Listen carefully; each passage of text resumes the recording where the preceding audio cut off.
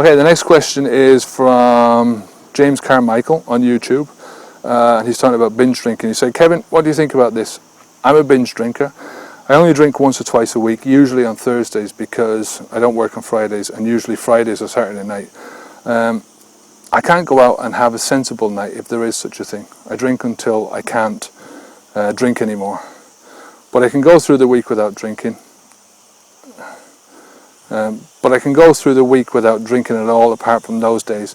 I'm only 27, but I've really recognized that drink is a huge problem in my life, and I really want to give it up. Over the last 2 years, it started taking me 2 or even 3 days to get over a hangover, and I feel normal again. Drinking has led on to other things such as cocaine use and smoking, which I do full time now. Is there a different approach for binge drinkers as opposed to people who drink every day? You know, I think all of us are binge drinkers to one degree or another. I used to drink most days, but I used to have the odd day off. But mostly, I couldn't binge drink. I couldn't, go out and drink my normal 20 pints in one session if I had to get up in the morning and go to work. So I would have to keep it down to 5 or 6 pints, or whatever it was, a bottle of wine, which I did in most nights. But like I say, I couldn't really I couldn't really go over the top unless it was at the weekend, unless I didn't have to get up in the morning. Once I was self-employed, that's a different story.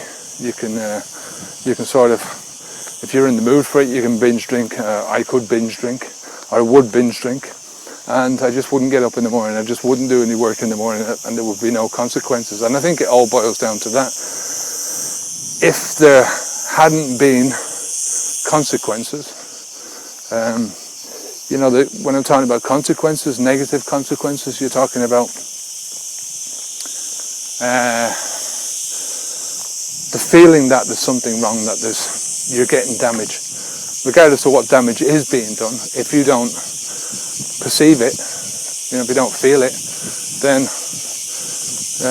it's not really a consequence. If you go into work and you don't perceive anybody is talking about you, or that there's any real issues with your work, the quality of your work or anything like that, regardless of what other people think about it, regardless of what your boss thinks about it, then it's not really a consequence because you don't perceive it. It's the same with me when I was working. So long as I could pay the bills, pay the rent, pay the electricity, pay the food, give my son money, buy him clothes, that kind of thing, as long as those things were done, there was really no negativity, no negative consequences, because I didn't feel them.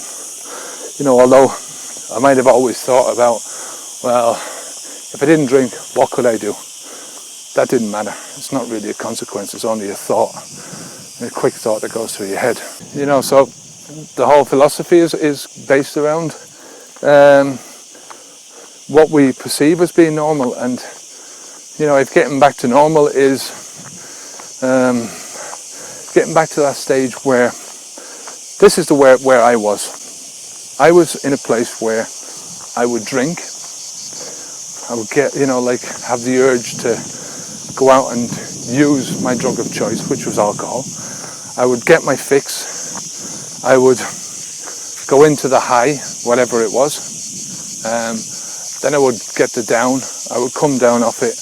I would recover from that down, that hangover. And it would basically be about waiting and anticipating the next fix. So you're in that cycle of drink, drunk, recover. Drink, drunk, recover. And in amongst that cycle there is an element of anticipation where you are waiting for the next fix.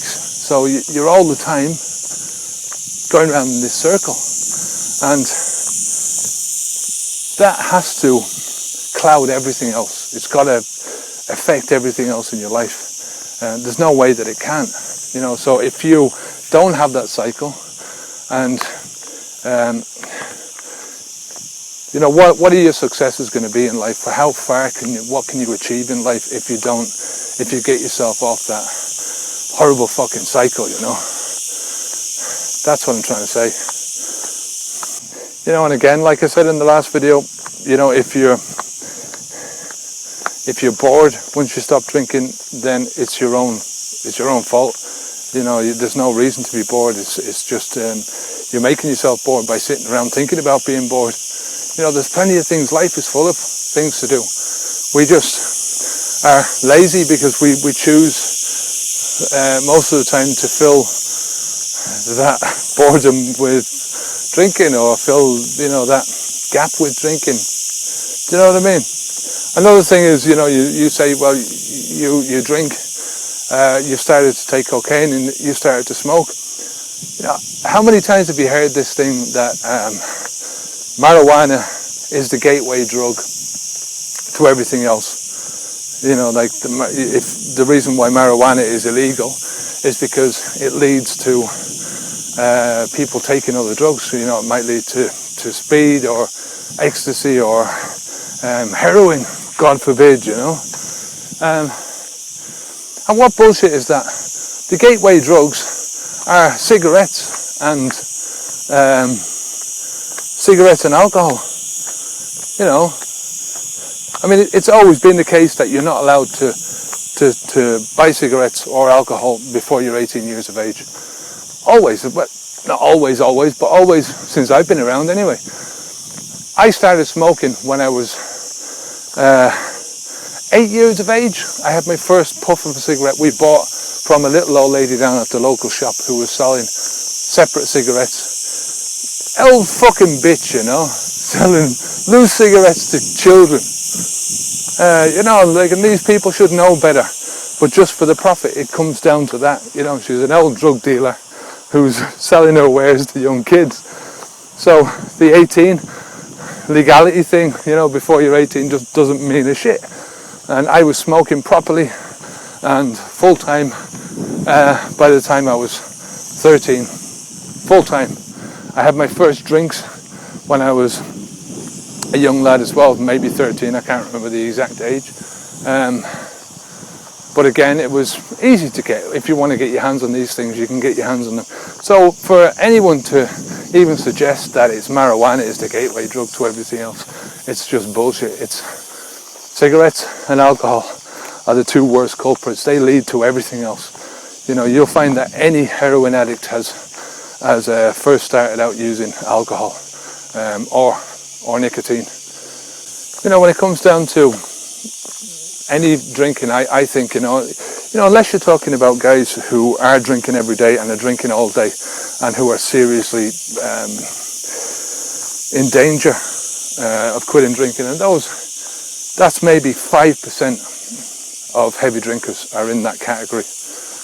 Most people who have drinking problems do function, do manage to get about, and don't drink all the time. They don't drink in the afternoons or the mornings, or they take days off and all that kind of stuff,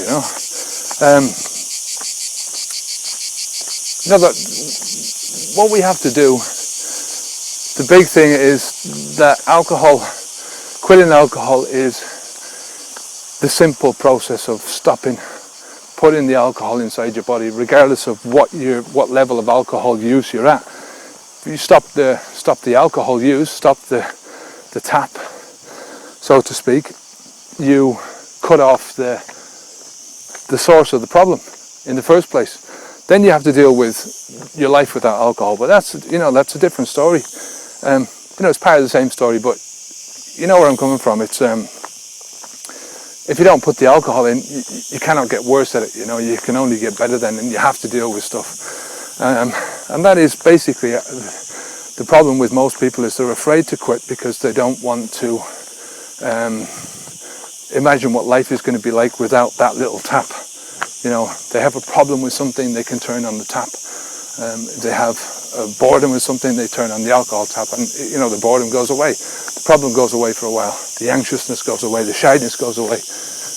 The worry about something goes away with just turning on this little tap. So break the tap, break the tap, break the tap, throw it away, smash it up with a hammer, do whatever, get rid of the tap and don't turn the tap on anymore. That's your alcohol problem sorted out. And to stop it coming back, to stop you recycling back into that old lifestyle again, you deal with the problem, you deal with the problems in your life.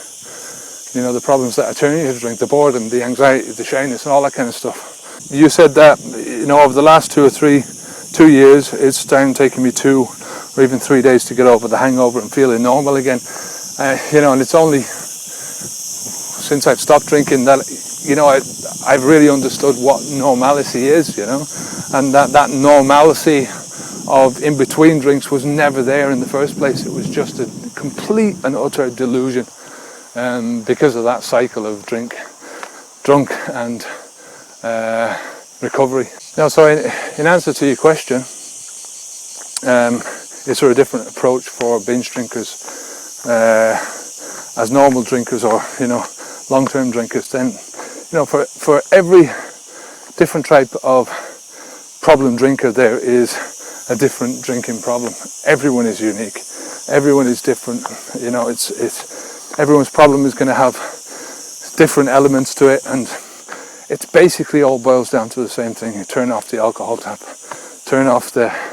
stop drinking the alcohol. That's your first step. Everything else then is just dealing with the alcohol life that you've built up around the alcohol, just breaking that down bit by bit. So I hope that makes sense. So if you have any questions at all, as normal, go over to the website, leave a comment, send me an email at kevin@alcoholmastery.com. There's also the comment section at the top of the website. If you haven't joined up to the newsletter then, head on over there. In the sidebar you can just leave your name and email address. It's completely free, won't cost you anything, we won't send you any spam at all. It's just the newsletter. So until next time, I'm Kevin O'Hara for Alcohol Mastery. Onwards and upwards.